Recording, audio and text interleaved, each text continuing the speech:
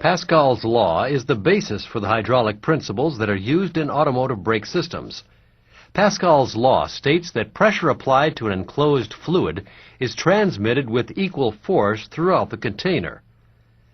The first principle of brake hydraulics is a principle of fluid dynamics that states that unlike air or gases, fluids cannot be compressed. Take an automobile engine as an example. When the intake valve opens on the intake stroke, the fuel-air mixture is pulled into the cylinder. The intake valve then closes on the compression stroke and the mixture is compressed as the piston moves upward. If we were to fill the cylinder with water during the intake stroke and close the intake valve, the piston would be unable to move upward because fluids cannot be compressed. Simply, the engine would stall. The second hydraulic principle is that fluids can transmit movement.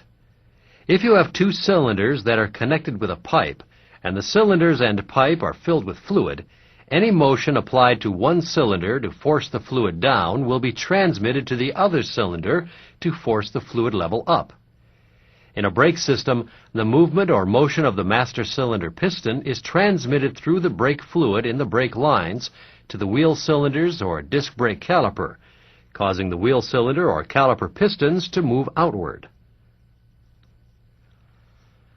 The third hydraulic principle is that fluids can be used to apply pressure to transmit and increase force. The amount of force that is generated is proportionate to the amount of surface area that the force is applied against. Pressure is equal to the force applied divided by the surface area.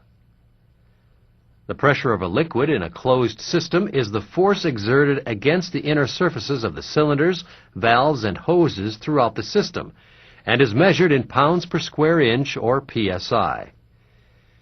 Pressure applied to an input piston surface will be transmitted as force and be the same at an output piston that has the same diameter as the input piston. If the input piston surface area is smaller than the output surface piston area, the force exerted by the output piston will be greater than the input force. If 200 pounds of force is applied to an input piston with a surface area of 10 square inches, the resulting pressure will be 200 divided by 10, or 20 psi. If that force is directed to an output piston with a surface area of 25 square inches, the force will be 500 pounds. But if we increase the size of the output piston to 50 square inches, the force will be multiplied to 1,000 pounds. Pressure, therefore, is inversely related to piston area. The smaller the input piston, the greater the pressure that is developed. Similarly, the greater the output piston area, the more the resulting output force is multiplied as the output force equals pressure times surface area.